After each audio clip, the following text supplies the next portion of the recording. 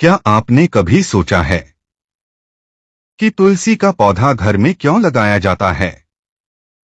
क्यों भगवान शालिग्राम की पूजा तुलसी के बिना अधूरी मानी जाती है?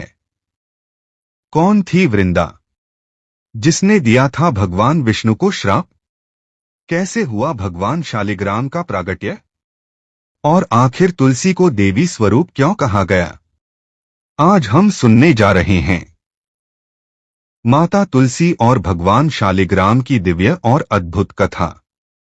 यह कथा हमें ले जाएगी देवताओं, दैत्यों और भगवान की अद्भुत लीलाओं की ओर। तो आइए आरंभ करते हैं भगवती तुलसी की कथा।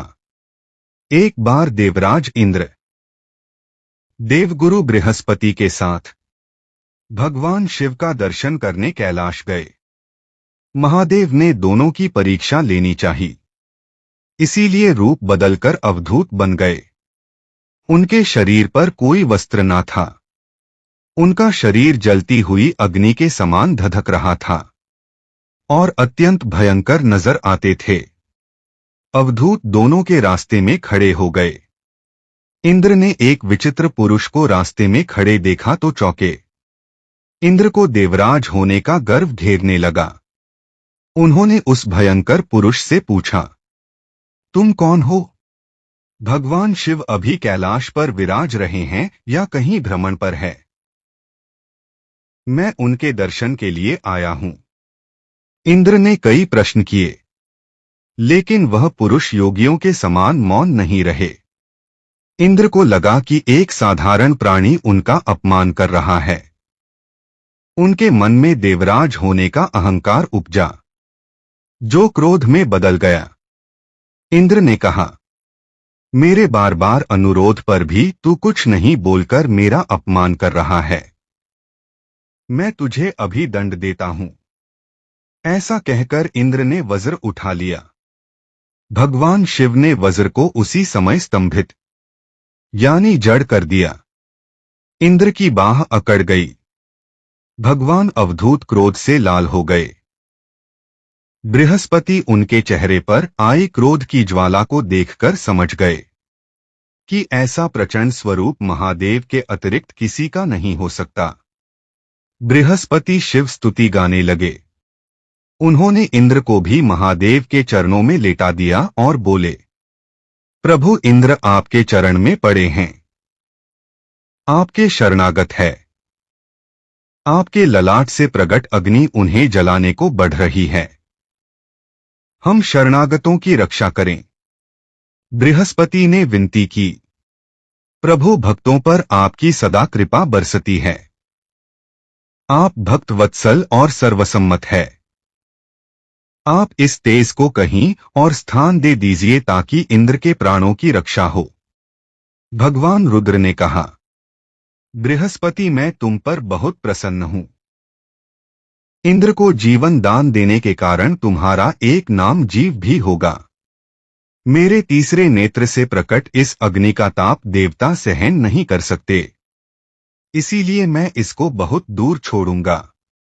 महादेव ने उस तेज को हाथ में धारण कर समुद्र में फेंक दिया। वहां फेंके जाते ही भगवान शिव का वह तेज तत्काल एक बालक के रूप में परिवर्तित हो गया। सिंधु से उद्भव होने के कारण उसका नाम सिंधु पुत्र जलंधर प्रसिद्ध हुआ। जलंधर, जिसका नाम शंखचट भी हुआ, शिव के तेज से उत्पन्न हुआ था। इसी कारण परम शक्तियों से संपन्न था। वह देवों से भी ज्यादा शक्तिवान था। वह उस तेज से पैदा हुआ था जो इंद्र को समाप्त करने वाला था। इसीलिए असुरों ने उसे अपना राजा बनाया। अवधूत रूप में यह लीला करने के बाद महादेव अंतर्ध्यान हो गए। इंद्र के गर्व का भंजन भी हुआ। भगवान के दर्शन भी हो गए। तुलसी से जुड़ी एक कथा बहुत प्रचलित है। श्रीमद् देवी भागवत पुराण में इनके अवतरण की दिव्य लीला कथा भी बनाई गई है। एक बार शिवजी ने अपने तेज को समुद्र में फेंक दिया था। उससे एक महातेजस्वी बालक ने जन्म लिया। यह बालक आगे चलकर जालंधर के नाम से पराक्रमी दैत्य राजा बना। जिसकी राजधानी का नाम जालंधर नगरी था। दैत्यराज कालनेमी की कन्या वृंदा का विवाह जालंधर से हुआ। जालंधर महाराज था।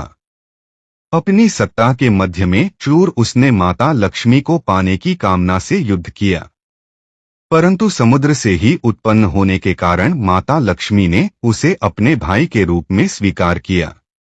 वहां से पराजित होकर वह देवी पार्वती को पाने की लालसा से कैलाश पर्वत पर गया। भगवान देवाधिदेव शिव का ही रूप धरकर माता पार्वती के समीप गया, परंतु मां ने अपने योग बल से उसे तुरंत पहचान लिया तथा वहां से अंतर्ध्य हो गई। देवी पार्वती ने क्रूर होकर सारा वृतांत भगवान विष्णु को सुनाया।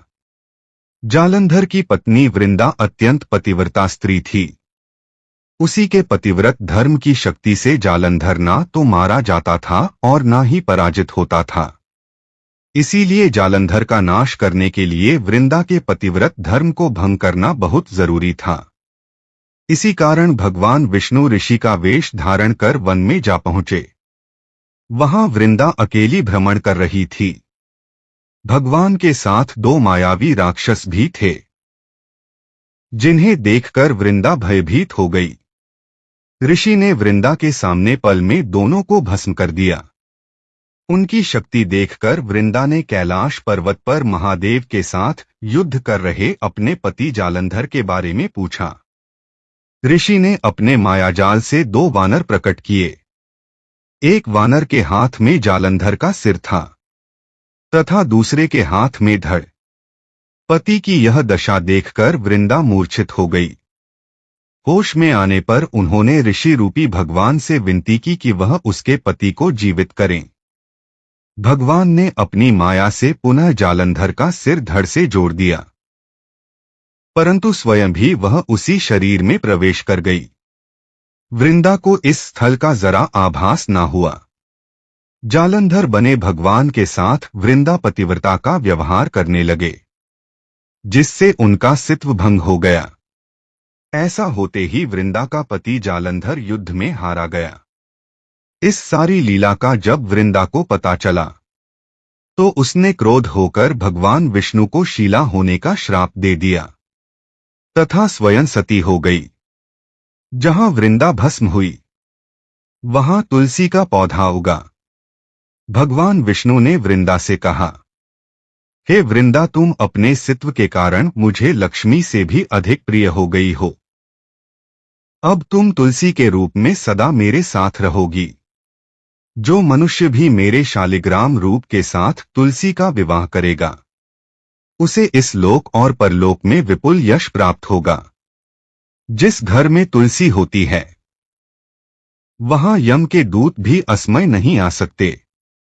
गंगा व नर्मदा के जल में स्नान तथा तुलसी का पूजन बराबर माना जाता है, चाहे मनुष्य कितना भी पापी क्यों ना हो।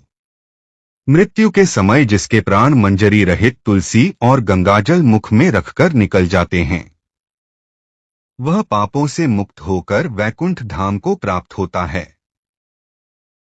जो मनुष्य तुलसी व आमवलों की छाया में अपने पितरों का श्राद्ध करता है उसके पितर मोक्ष को प्राप्त हो जाते हैं। उसी दैत्य जालंधर की यह भूमि जालंधर नाम से विख्यात है। सती वृंदा का मंदिर मोहल्ला किशनचंद में स्थित है।